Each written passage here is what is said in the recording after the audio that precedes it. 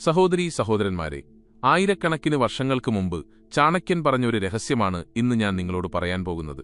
എന്നാൽ ഇന്നും 99% ആളുകൾക്കും ഇത് മനസ്സിലാകുന്നില്ല. ലോകത്തിലെ ഏറ്റവും വിജയശ്രീലാളിതരായ ആളുകൾ സാധാരണക്കാർ തെറ്റാണെന്ന് കരുതുന്ന കാര്യങ്ങൾ ചെയ്യുന്നത് എന്തുകൊണ്ടാണെന്ന് നിങ്ങൾ എപ്പോഴെങ്കിലും ചിന്തിച്ചിട്ടുണ്ടോ? ചാണക്യനീതിയിൽ ഇത്തരം 14 വിപരീത സിദ്ധാന്തങ്ങൾ പറഞ്ഞിട്ടുണ്ടെന്നും അവ സ്വീകരിച്ചുകൊണ്ട് ചന്ദ്രഗുപ്ത മൗര്യനെപ്പോലുള്ള ഒരു സാധാരണക്കാരൻ ഇന്ത്യയുടെ മുഴുവൻ ചക്രവർത്തിയായി മാറിയെന്നും നിങ്ങൾക്കറിയാമോ? നോക്കൂ സഹോദര, ഇന്നത്തെ ലോകത്ത് എല്ലാവരും ആൾക്കൂട്ടത്തിനൊപ്പമാണ് നടക്കുന്നത്.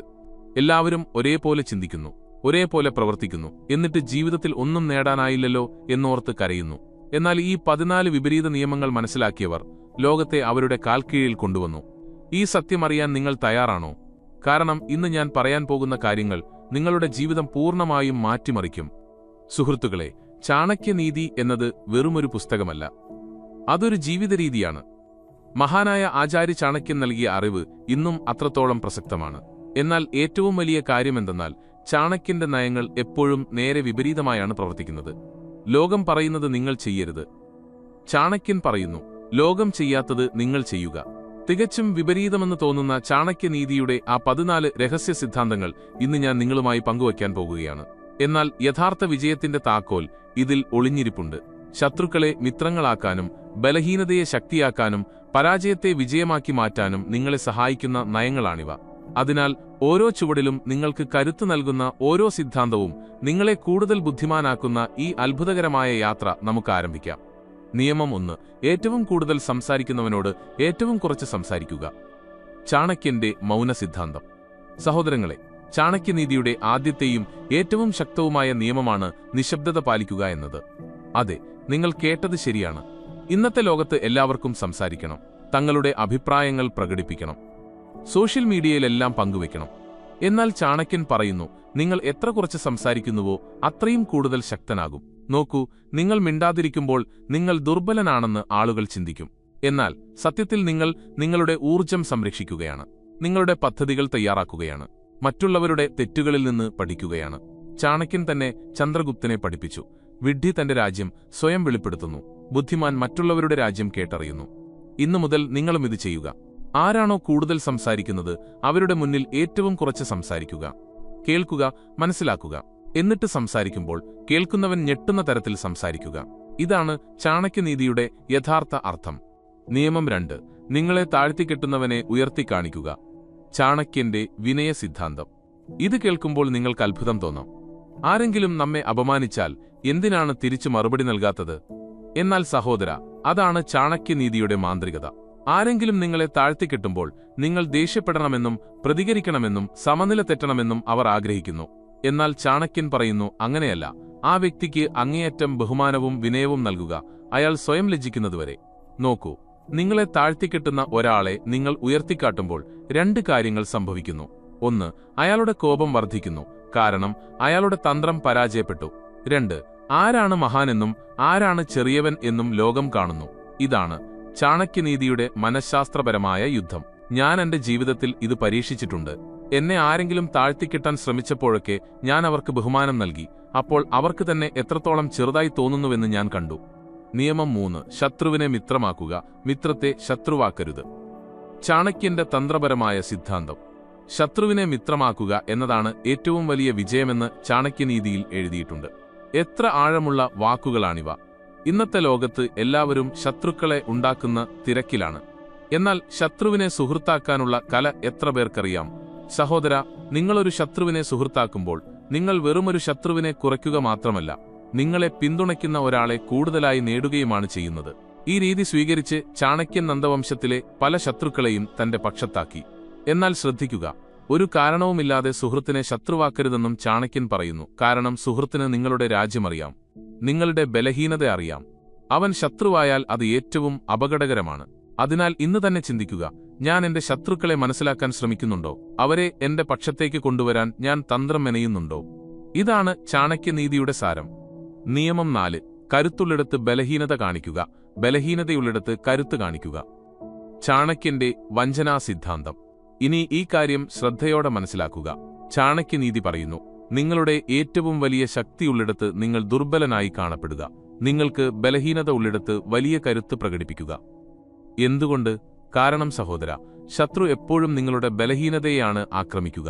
നിങ്ങളുടെ യഥാർത്ഥ ശക്തിയെ ബലഹീനതയായി കാണിക്കുമ്പോൾ ഇവിടെ എളുപ്പത്തിൽ ജയിക്കാമെന്ന് ശത്രു വിചാരിക്കുന്നു. എന്നാൽ അവർ വരുമ്പോൾ നിങ്ങളുടെ യഥാർത്ഥ ശക്തി പുറത്തുവരികയും അവർ പരാജയപ്പെടുകയും ചെയ്യുന്നു. ഇതൊരു യുദ്ധതന്ത്രമാണ്. ഇതൊരു ജീവിതതന്ത്രമാണ്. ഇതാണ് ചാണക്യനീതിയുടെ ബുദ്ധി. മഹാഭാരതത്തിലും കണ്ടില്ലേ, പാണ്ഡവർ തങ്ങളുടെ ബലഹീനത കാണിച്ചു 13 വർഷം വനവാസം അനുഭവിച്ചു. എന്നാൽ യുദ്ധം വന്നപ്പോൾ അവരുടെ യഥാർത്ഥ ശക്തി പുറത്തുവന്നു. നിങ്ങളുടെ ജീവിതത്തിലും നോക്കൂ, എവിടെയാണ് നിങ്ങൾ അനാവശ്യമായി നിങ്ങളുടെ കരുത്ത് കാണിക്കുന്നത്? എവിടെയാണ് നിങ്ങളുടെ ബലഹീനത മറച്ചുവെക്കുന്നതിന് പകരം അതിനെ ശക്തിയാക്കി മാറ്റാൻ കഴിയുക? ഇതാണ് ചാണക്യന്റെ വിപരീത സിദ്ധാന്തം. നിയമം 5. തിടുക്കം കൂട്ടരുത്, എന്നാൽ വൈകാനും പാടില്ല. ചാണക്യന്റെ സമയസിദ്ധാന്തം. ചാണക്യനീതിയിലെ ഈ നിയമം മനസ്സിലാക്കാൻ ഏറ്റവും ബുദ്ധിമുട്ടുള്ള ഒന്നാണ്. ഇന്നത്തെ തലമുറയ്ക്ക് എല്ലാം ഉടനടി വേണം. ഇൻസ്റ്റന്റ് കോഫി, ഇൻസ്റ്റന്റ് ന്യൂഡിൽസ്, ഉടനടിയുള്ള വിജയം. എന്നാൽ ചാണക്യൻ പറയുന്നു, ക്ഷമ വേണം, പക്ഷേ മടിയനാകരുത്. നോക്കൂ സഹോദര, വിജയം എന്നത് ഒരു പഴം പോലെയാണ്. പച്ചയ്ക്ക് പറിച്ചാൽ കയ്ക്കും. ഒരുപാട് വൈകിയാൽ അത് ചീഞ്ഞുപോകും. ശരിയായ സമയത്ത് ശരിയായ പ്രവൃത്തി ചെയ്യുക എന്നതാണ് ചാണക്യനീതി. ചന്ദ്രഗുപ്തനെ രാജാവാക്കാൻ ചാണക്യൻ വർഷങ്ങളെടുത്തു. അദ്ദേഹം തിടുക്കപ്പെട്ടൊന്നും ചെയ്തില്ല. എന്നാൽ ശരിയായ സമയം വന്നപ്പോൾ ഒരു നിമിഷം പോലും വൈകിയതുമില്ല. ഈ സന്തുലിതാവസ്ഥയാണ് യഥാർത്ഥ കല. ഇന്ന് നിങ്ങൾ ചിന്തിക്കുക, എനിക്ക് ഭയമുള്ളതുകൊണ്ട് മാത്രമാണോ ഞാൻ കാത്തിരിക്കുന്നത്, അതോ യഥാർത്ഥത്തിൽ ശരിയായ സമയത്തിനായാണോ ഞാൻ കാത്തിരിക്കുന്നത്? ചാണക്യനീതി ഈ വ്യത്യാസം മനസ്സിലാക്കാൻ നിങ്ങളെ പഠിപ്പിക്കുന്നു. നിയമം 6. ദേഷ്യപ്പെടുക, പക്ഷേ അത് കാണിക്കരുത്. ചാണക്യന്റെ കോപനിയന്ത്രണ സിദ്ധാന്തം. സഹോദരങ്ങളെ, ഇത് കേൾക്കുമ്പോൾ ആശയക്കുഴപ്പമുണ്ടാകാം. ദേഷ്യപ്പെടുക, പക്ഷേ കാണിക്കരുത്. അതെങ്ങനെ സാധിക്കും? എന്നാൽ അതാണ് ചാണക്യനീതിയുടെ സൗന്ദര്യം. നോക്കൂ, ദേഷ്യമെന്നത് ഒരു ഊർജമാണ്, ഒരു അഗ്നിയാണ്.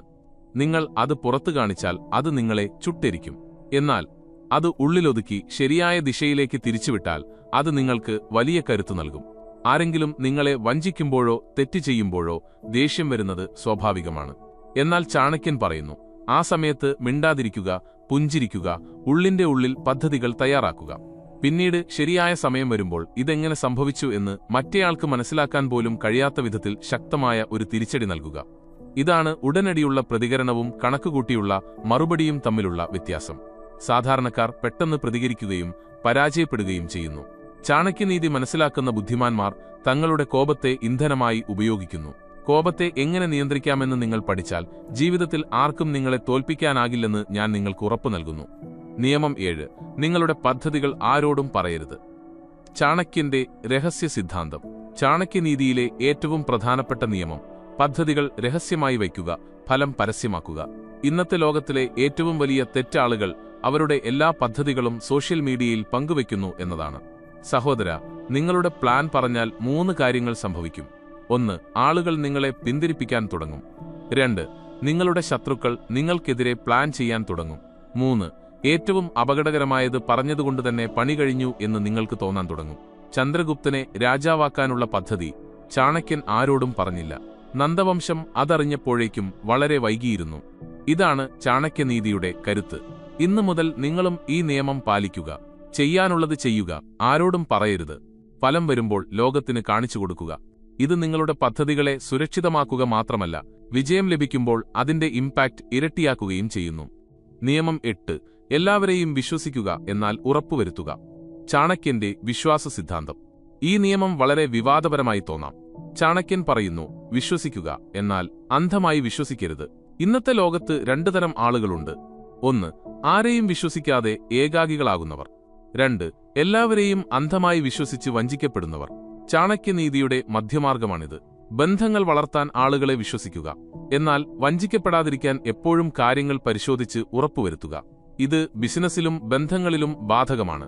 നോക്കൂ സഹോദര, ചാണക്യൻ ഒരു മികച്ച തന്ത്രജ്ഞനായിരുന്നു. ഒരു ടീമില്ലാതെ ഒന്നും നടക്കില്ലെന്ന് അദ്ദേഹത്തിനറിയാമായിരുന്നു. അതിനാൽ അദ്ദേഹം ആളുകളെ വിശ്വസിച്ചു. എന്നാൽ അതിനൊപ്പം ഓരോ വ്യക്തിയെക്കുറിച്ചും കൃത്യമായ വിവരങ്ങളും അദ്ദേഹത്തിനുണ്ടായിരുന്നു. ഓരോ സാഹചര്യത്തിനും ഒരു ബാക്കപ്പ് പ്ലാൻ ഉണ്ടായിരുന്നു. ഇന്ന് നിങ്ങൾ ചിന്തിക്കുക, എനിക്ക് വിശ്വാസക്കുറവുള്ളതുകൊണ്ടാണോ ഞാൻ ആളുകളെ സംശയിക്കുന്നത്, അതോ ഞാൻ ബുദ്ധിപരമായി കാര്യങ്ങൾ പരിശോധിച്ച് ഉറപ്പുവരുത്തുകയാണോ എന്ന്? ഈ സന്തുലിതാവസ്ഥയാണ് ചാണക്യനീതി പഠിപ്പിക്കുന്നത്. നിയമം 9. ദുർബലനെപ്പോലെ കാണപ്പെടുക, കടുവയെപ്പോലെ ആക്രമിക്കുക. ചാണക്യന്റെ യുദ്ധസിദ്ധാന്തം. സഹോദരങ്ങളെ, ഈ നിയമം കേൾക്കുമ്പോൾ നിങ്ങൾക്ക് വളരെ രസകരമായി തോന്നും. ചാണക്യൻ പറയുന്നു, ആടുകളുടെ തോലണിഞ്ഞ സിംഹമാകുക. അതായത് പുറമേ ദുർബലനായി കാണപ്പെടുക, എന്നാൽ ഉള്ളിൽ പൂർണ്ണ സജ്ജനായിരിക്കുക. ഇന്നത്തെ ലോകത്ത് എല്ലാവരും സ്വന്തം കരുത്ത് കാണിക്കാനുള്ള തിരക്കിലാണ്.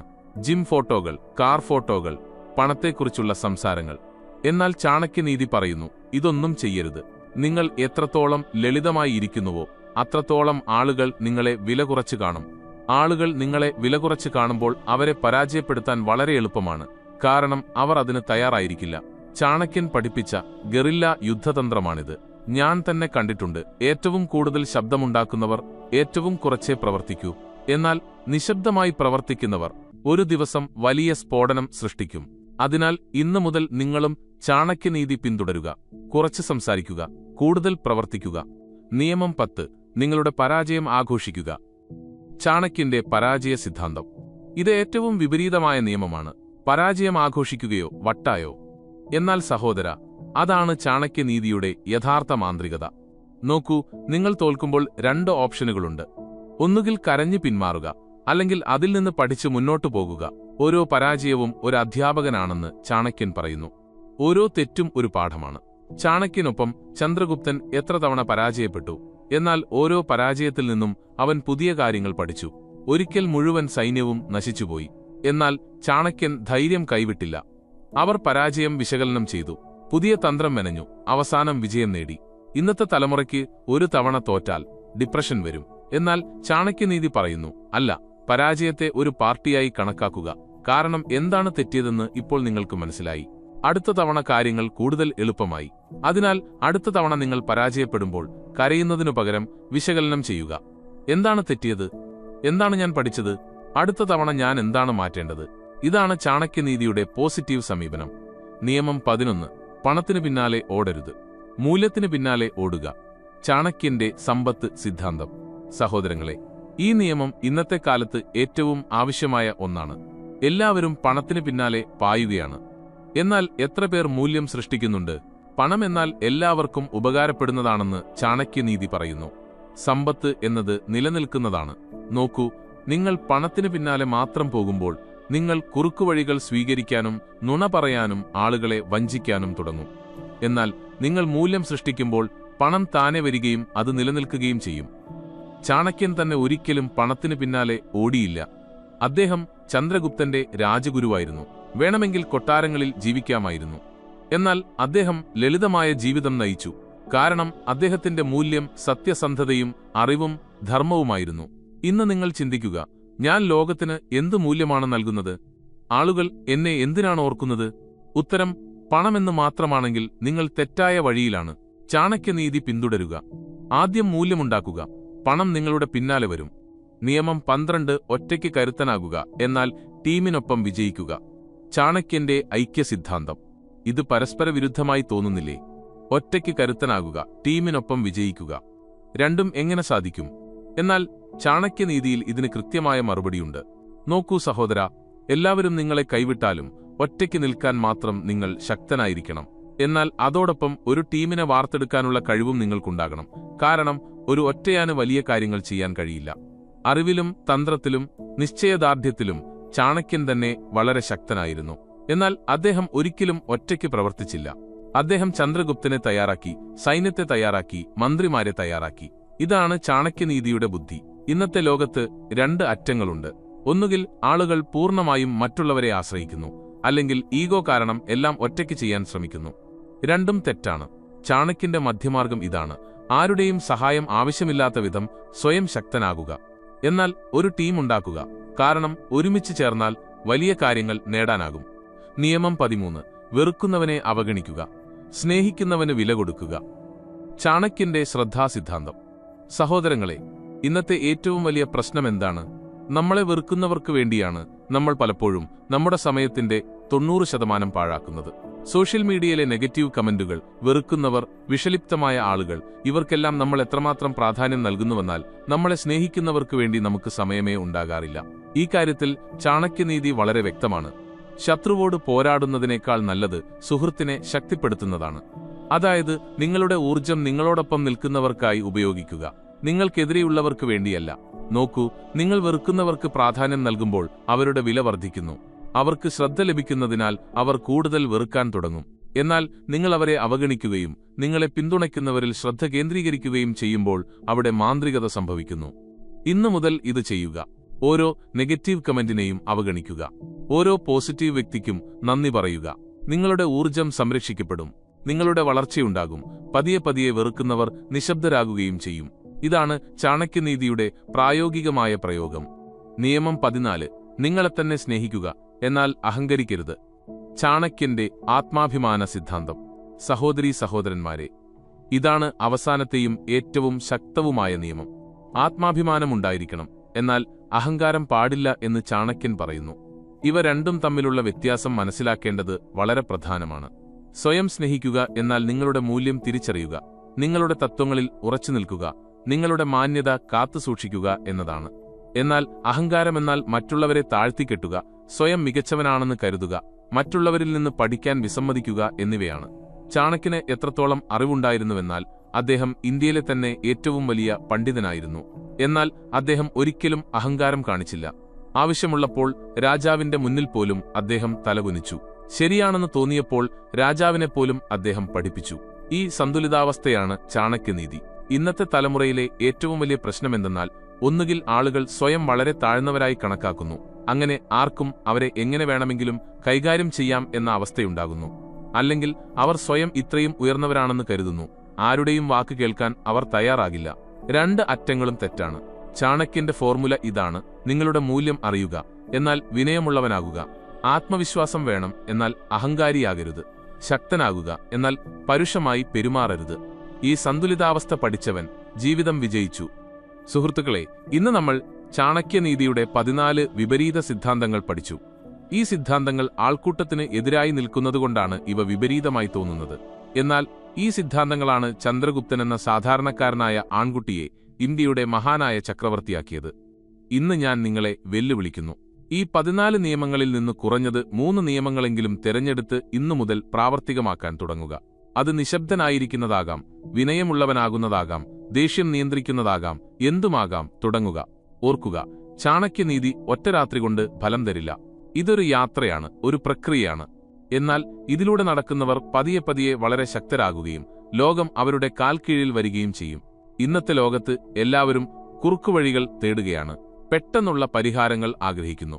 എന്നാൽ ചാണക്യനീതി പറയുന്നു, അങ്ങനെയല്ല. ശക്തമായ അടിത്തറ ഉണ്ടാക്കുക, ക്ഷമയോടെയിരിക്കുക, ശരിയായ തത്വങ്ങൾ പിന്തുടരുക. പിന്നെ വിജയം നിങ്ങളെ തേടിവരുന്നത് എങ്ങനെയെന്ന് കാണുക. അതിനാൽ സഹോദരീ സഹോദരന്മാരെ, തീരുമാനം നിങ്ങളുടേതാണ്. നിങ്ങൾക്ക് ആൾക്കൂട്ടത്തിനൊപ്പം നടക്കണോ, അതോ ചാണക്യനീതിക്കൊപ്പം നടക്കണോ? സാധാരണക്കാരനാകണോ, അതോ അസാധാരണക്കാരനാകണോ? നിങ്ങൾ അതിജീവിക്കാൻ മാത്രമാണോ ആഗ്രഹിക്കുന്നത്, അതോ വളർന്നു വലുതാകാനോ? ഈ 14 നിയമങ്ങൾ നിങ്ങൾ പൂർണ്ണ മനസ്സോടെ പിന്തുടർന്നാൽ നിങ്ങളുടെ ജീവിതം മാറുമെന്ന് എനിക്കുറപ്പുണ്ട്. നിങ്ങൾ ആകാൻ ആഗ്രഹിക്കുന്നത് നിങ്ങൾ ആയിത്തീരും. ലോകം നിങ്ങളുടെ കഴിവിനെയും കഠിനാധ്വാനത്തെയും നിങ്ങളുടെ ജ്ഞാനത്തെയും സല്യൂട്ട് ചെയ്യും. ഓർക്കുക, ചാണക്യന്റെ ഈ മഹത്തായ വചനം: വ്യക്തി തന്റെ കർമ്മങ്ങൾ കൊണ്ടാണ് മഹാനാകുന്നത്, ജനനം കൊണ്ടല്ല.